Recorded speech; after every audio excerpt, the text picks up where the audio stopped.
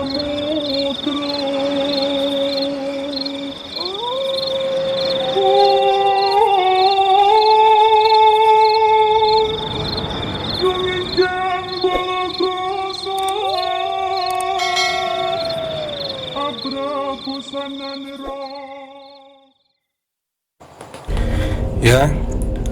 pada kesempatan video kali ini, malam ini kita datang lagi ke Gua Selomangkleng. Untuk yang siang, yang sore itu kan ada acara ulang tahun NTJL NELT. Jadi sekalian saya nunggu malamnya masuk ke sini buat video untuk menelusuri tempat ini lebih jauh lagi. Dan kita masuk ke jalan alternatif lewat jalan ini, ya bukan jalan sebenarnya, lebih tepatnya di sungai yang kering. Ini airnya ada, tapi kalau waktu musim penghujan saja sedulur. Untuk malam hari ini memang, kalau untuk malam hari di kawasan ini energi makhluk astral sekitar memang kuat sedulur. Dan bisa sedulur lihat di kanan kiri jalan ini banyak bambu. Dan buat yang indigo, sahabat indigo atau yang punya indera keenam bisa rasakan di tempat ini banyak sekali energi-energi makhluk astral di sekitaran jalan menuju Gua Selomangkleng. Wah, kalau malam hari memang pekat sekali. Dan wah, itu ada apa itu? Sepertinya saya merasa ada yang mengawasi sedulur ini. Walaupun kamera saya tidak bisa menangkap penampakan di sini, tapi sedulur bisa rasakan. Buat yang sahabat indigo yang punya indera keenam, silahkan rasakan sensasi energi-energi makhluk astral di sekitar sini. Ini banyak banget sedulur ini. Kelihatannya nampak seperti perkampungan makhluk astral kalau di sini, kalau saya lihat sedulur. Ini memang ada sedulur yang nampak, memang ada, tapi HP saya nggak bisa nangkap ini. Kamera saya nggak bisa nangkap penampakan satu pun di sini. Tapi sebenarnya memang banyak. Ini masih jalan menuju Gua Selomangkleng, tepatnya di Kecamatan Boyolangu, Kabupaten Tulungagung sedulur. Ya, semoga kita bisa mendapat penampakan malam hari ini. Ya, kalau tidak bisa dapat penampakan, mungkin kita bisa sedikit menguak apa itu sejarah isi dari tempat ini, sejarah tentang tempat ini. Semoga kita bisa menguasai sejarah tempat ini dan bisa mendapatkan penampakan sedulur. Jadi kita tidak rugi malam-malam masuk ke sini pukul 11:30 ini. Dan kita lanjut lagi menuju Gua Selomangkleng, biar kita tidak lama-lama di tempat ini sedulur. Soalnya izin dari penjaga parkir pun terbatas waktunya, nggak bisa terlalu larut malam, apalagi kelewat sampai jam 1 sedulur. Yuk kita lanjut ke gua sedulur. Ya para sedulur, buat pecinta misteri dan budaya, kita akan sedikit mengupas arti dari relief di Candi Selomangkleng, di Gua Selomangkleng dulu. Dan kita untuk malam hari ini kita bisa lihat ini ada seorang raja, sedulur, ada seorang raja dan para selir, ada mahapatihnya, dan di sini ada selir-selirnya juga. Dan di relief ini kita nampak sebuah dewi, patung atau sebuah dewi. Ini kan ada motif seperti awan. Dari mungkin ini dulu digambarkan sebuah dewi dari khayangan. Dan ini tersebut motif ini, kalau ini mungkin ya seorang putri dewi dari khayangan yang turun ke bumi gitu guys.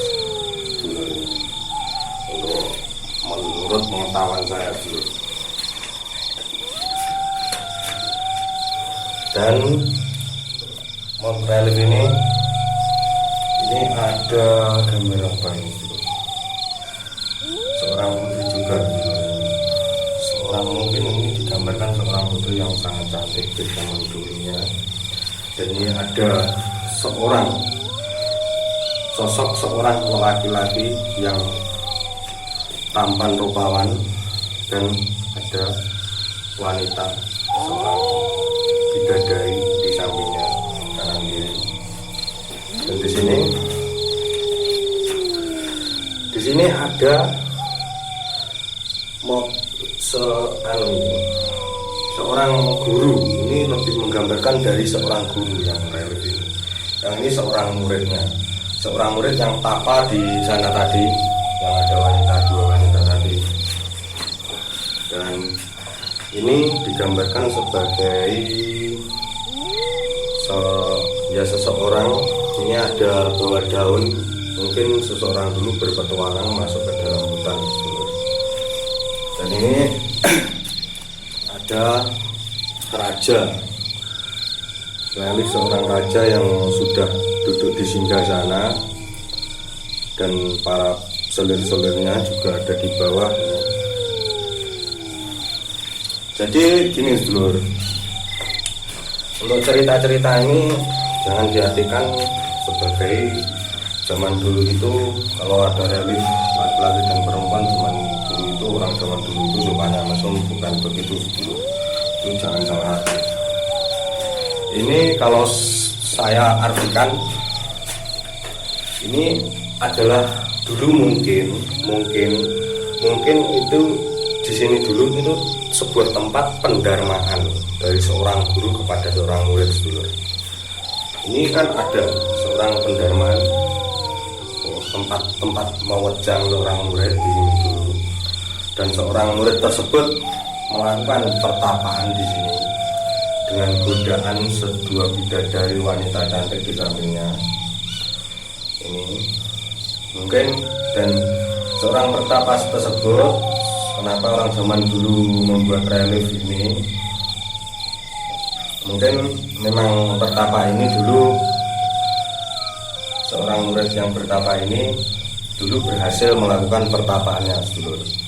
Dan di sini kita lihat mungkin bertapa untuk mendapatkan anugerah biar bisa menjadi seorang raja. Dan di sini sudah diukir reliefnya. Ini sudah ada relief seorang raja. Mungkin ini sudah berhasil melakukan pertapaan tadi, lalu jadilah dia seorang raja dan mempunyai banyak selir, dan kebahagiaannya pun datang dulu. Jadi pelajaran buat kita dari relief-relief yang ditinggalkan leluhur-leluhur tanah Jawa zaman dulu itu, pelajaran untuk kita yang bisa kita ambil itu.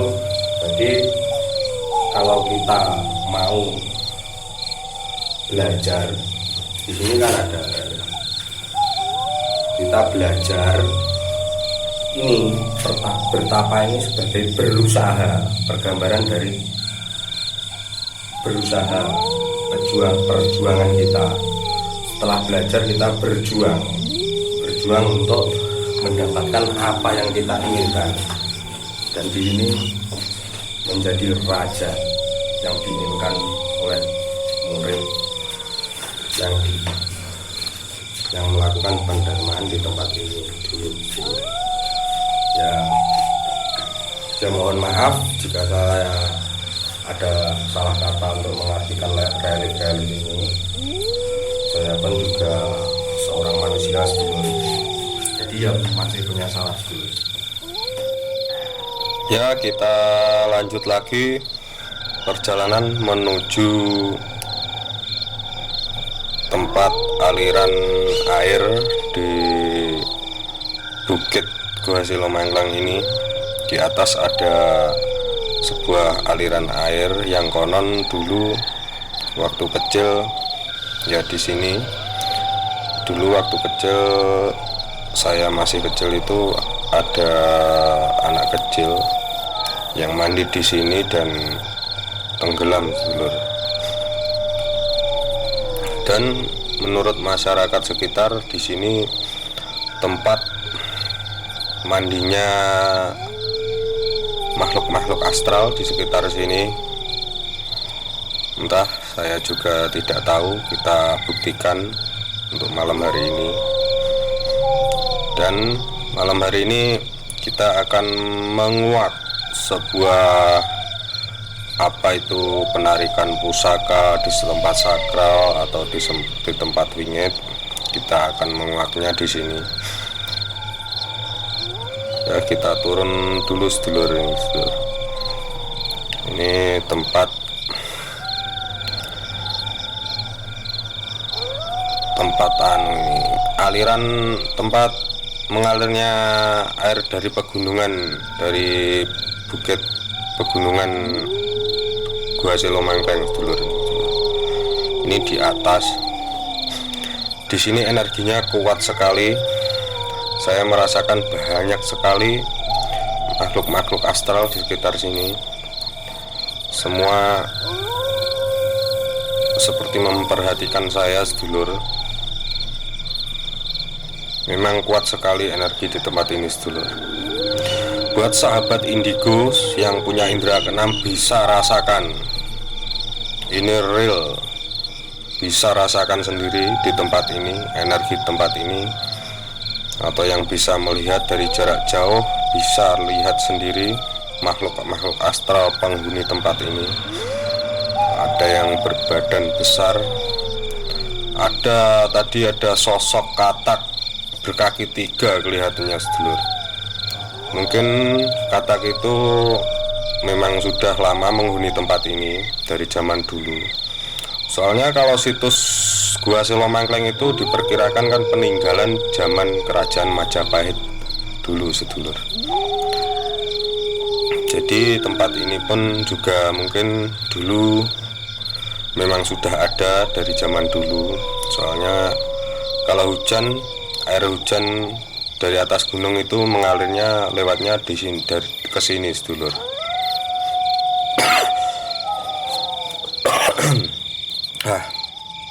Saya merasakan benturan energi yang sangat kuat sekali di sini, sedulur. Dan sebentar lagi saya akan melakukan sedikit ritual, bukan ritual menarik pusaka, tapi saya yang istilahnya ritual untuk permisi di tempat ini. Permisi kepada penghuni tempat ini, sedulur. Ya, saksikan terus perjalanan kami.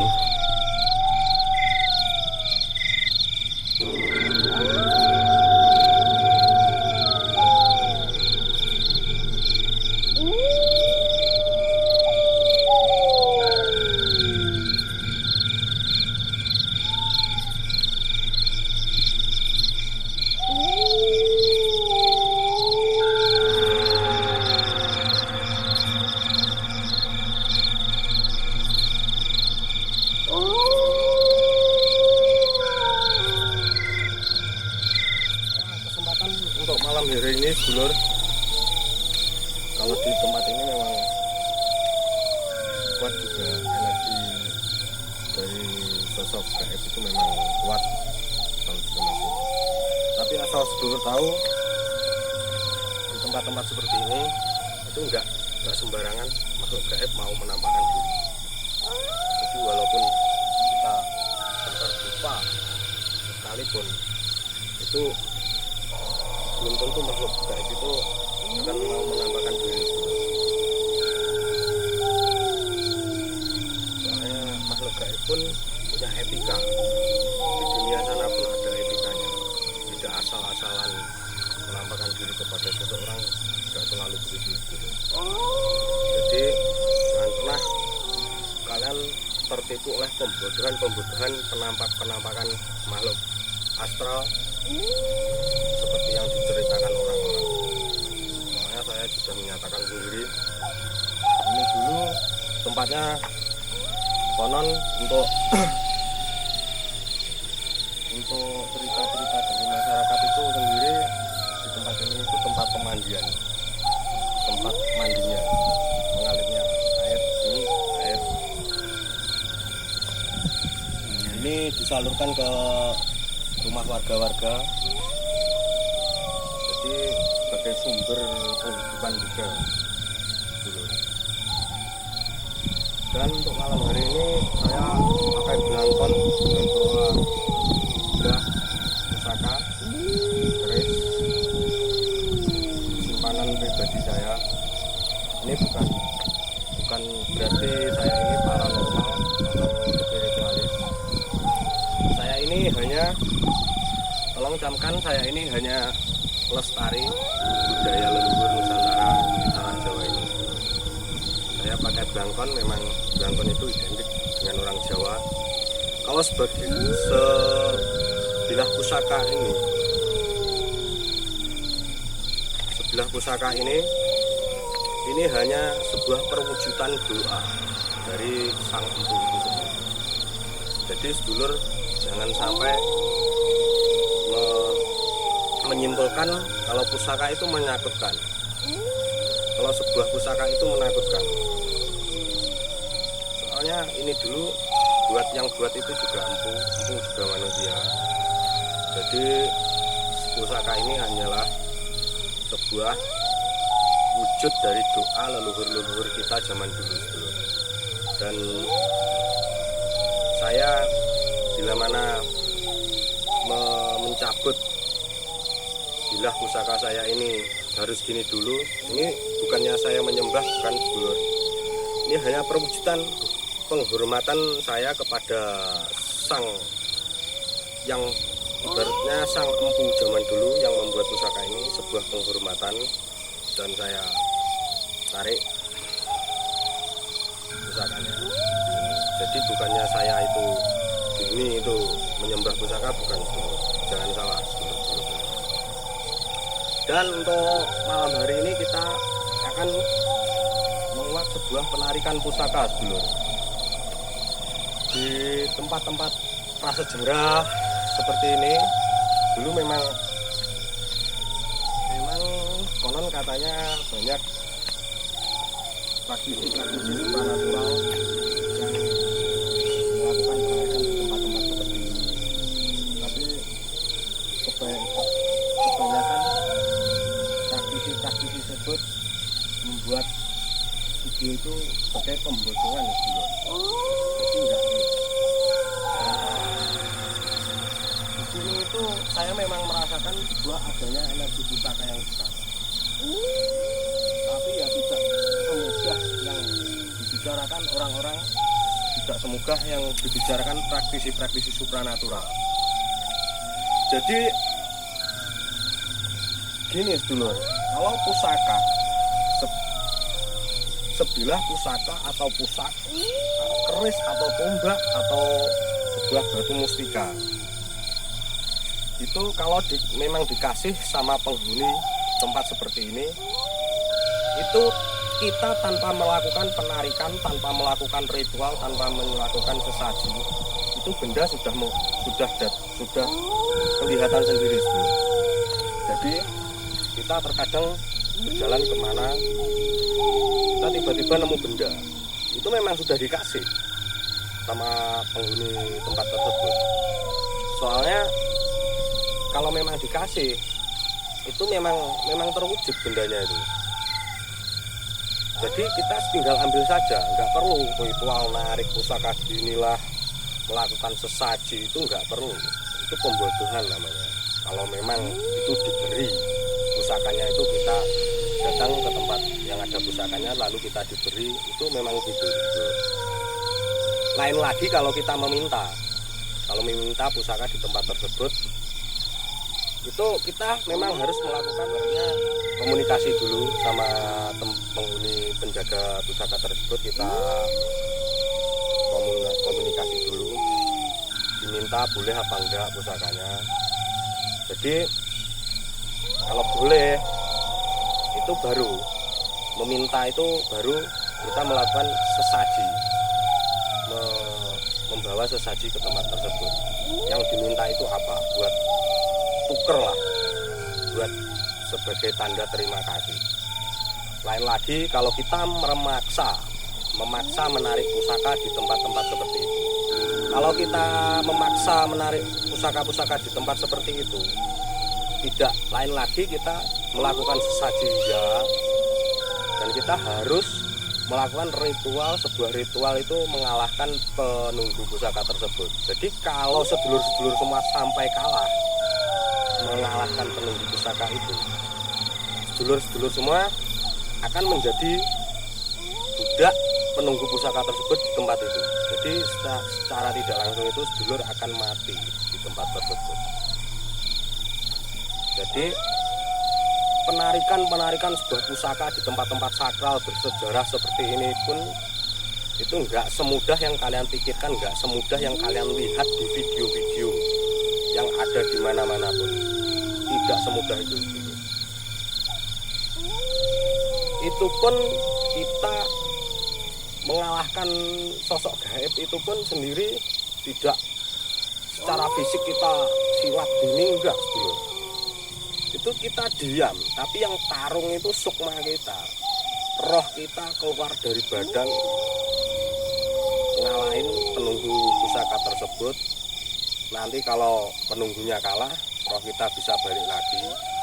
Kalau enggak bisa ngalahin, kalau kita yang kalah ya roh kita enggak bisa balik lagi. Kita otomatis langsung mati di tempat itu juga, di saat itu juga. Jadi menarikan pusaka-pusaka itu tidak semudah itu. Bahkan ini pengalaman pribadi saya, ada pusaka tayuan itu memang ada. Kemarin ada yang tanya, Mas, pusaka tayuan itu apa ada? Saya jawab, ada, memang ada. Pusaka tayuan itu ibaratnya didapat dari mimpi. Kadang ya waktu kita aktivitas di tempat mana itu, pusaka itu memang datang sendiri. Pusaka tayuan pun datang sendiri. Tapi perlu sedulur garis bawahi, asli apa enggak itu pusaka memang buatan sang empu zaman dulu apa bukan. Jadi kalau pusaka itu memang bukan buatan empu zaman dulu, itu biasanya buatan orang zaman sekarang, lalu diambil oleh makhluk gaib ke alamnya, lalu sama makhluk gaibnya itu dikasihkan ke orang. Itu jin sebenarnya, saudara. Jin itu memang selalu menyesatkan manusia. Jadi cerita-cerita pusaka, benda pusaka itu mengerikan, menakutkan, itu biasanya diambil dari pengalaman-pengalaman benda-benda yang baru yang diambil oleh jin, lalu dirawat oleh manusia. Jadi kalau jin itu kan ya mintanya memang macam-macam. Kadang kalau nggak diturutin bisa nyelakain si perawat pusaka tersebut. Jadi kita jangan salah arti, jangan pernah kita sebagai generasi muda kita harus bisa melestarikan budaya-budaya leluhur kita. Kita harus bisa merawat dan menjaga warisan leluhur-leluhur kita zaman dulu. Karena jangan sampai negara-negara lain nanti mengklaim budaya dan warisan leluhur kita, lalu saudara-saudara baru mau teriak, "Oh, saya itu dari saya. Ini budaya batik itu punya Indonesia, budaya pusaka punya Indonesia, yang budaya apalah yang apa gitu, yang ritual yang gimana itu. Nanti kalau sudah diklaim sama negara lain, harus dulur-dulur semua berteriak lantang katanya budayanya sendiri. Padahal sedulur-sedulur semua ada, ya bukan nggak semua, memang juga lumayan banyak yang tidak peduli atas warisan leluhur kita zaman dulu. Di saat ini tidak peduli merawat, tidak mau menjaga. Jadi buat sedulur-sedulur semua itu, marilah kita jaga budaya leluhur kita dan warisan-warisan leluhur kita. Karena leluhur kita itu tidak, maksudnya ya tidak mungkin tidak ada maksud kalau membuat sebilah pusaka seperti ini. Itu harapan ibu zaman dulu itu pasti punya maksud tersendiri kepada sebilah pusaka tersebut.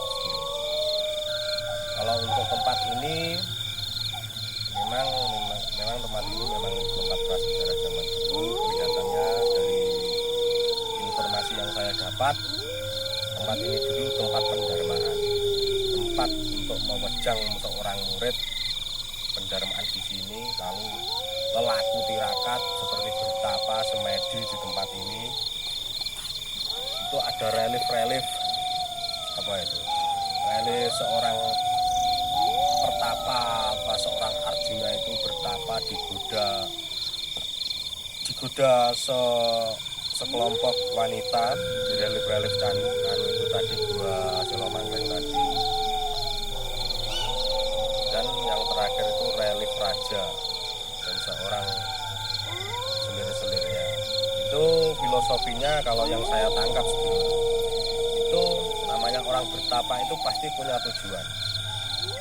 Bertapa itu kan bersusah payah juga, menahan semua hawa nafsu dari pikiran, dari omongan, dari nafsu pikiran hati, dari kelakuan. Kita menahan hawa nafsu semua itu, seperti kita berpuasa wajib kalau umat Islam, seperti berpuasa wajib bulan Ramadan itu kan menahan semua hawa nafsu.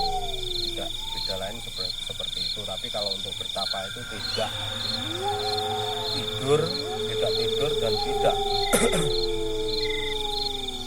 bergerak, cuma diam aja. Itu cara leluhur, ibaratnya orang zaman dulu mendekatkan diri kepada Sang Maha Pencipta. Dan itu tadi, sebuah godaan itu pasti kan sebuah penghalang, sebuah rintangan. Jadi kita untuk mencapai itu yang saya tangkap dari sebuah relief tersebut, kalau kita ingin mencapai puncak, mencapai angan-angan kita, saya mau jadi ini, jadi kita kan harus berusaha keras. Walaupun di jalan banyak rintangan, kita harus maju terus, kita hadapi rintangan-rintangan itu sampai kita dapatkan yang apa yang kita minta, yang kita angan-angan kita dapat. Jadi seperti itu. Lebih dari yang saya tangkap itu, lebih dari pengajaran hidup lah, pelajaran hidup seorang manusia di dunia ini. Jika kita ingin mendapatkan apa yang kita inginkan, kita harus bersusah payah, harus bisa menahan semua godaan. Jadi kita jangan salah arti, bukannya itu ada relief laki-laki dan perempuan itu tempat mesum, itu bukan. Jangan sekali-kali sedulur-sedulur mengartikan seperti itu. Karena tidak ada leluhur zaman dulu itu membuat relief tanda sebagai pelajaran yang jelek kepada keturunannya kelak. Nggak ada. Termasuk pun pusaka juga nggak ada yang, kalau pusaka asli buatan Empu itu rata-rata tujuan Empu membuat pusaka tersebut rata-rata tujuannya itu baik semua, nggak ada yang tujuan buruk.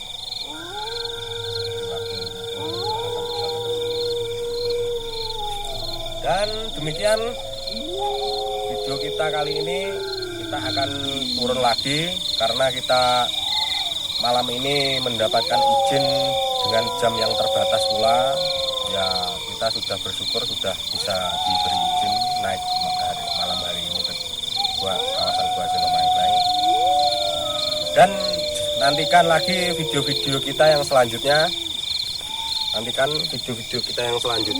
Jangan lupa like, komen, subscribe, dan bagikan ke sosial media Anda agar channel ini bisa berkembang lagi. Nanti kita akan buat video lagi, entah itu misteri, entah itu yang bersangkutan tentang budaya. Ini juga belum ada rencana lagi. Jadi sedulur, jangan lupa like, komen, subscribe, dan share ke akun sosial media Anda untuk membangun channel ini lebih maju lagi.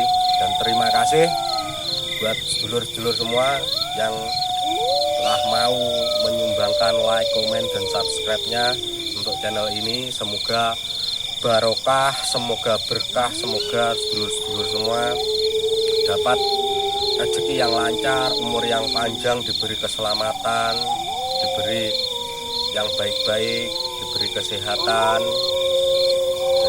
rezeki yang banyak, rezeki yang mengalir terus yang banyak untuk subscriber channel kita Pengembara Tanpa Nama. Dan saya Pengembara Tanpa Nama, saya mengucapkan wassalamualaikum warahmatullahi wabarakatuh. Sampai jumpa di video-video selanjutnya.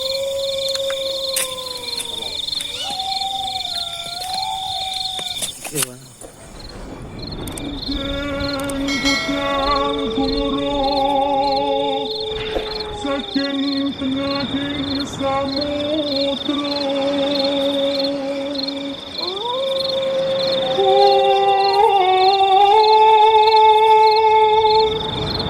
Gumijang balakrasa Abra busananira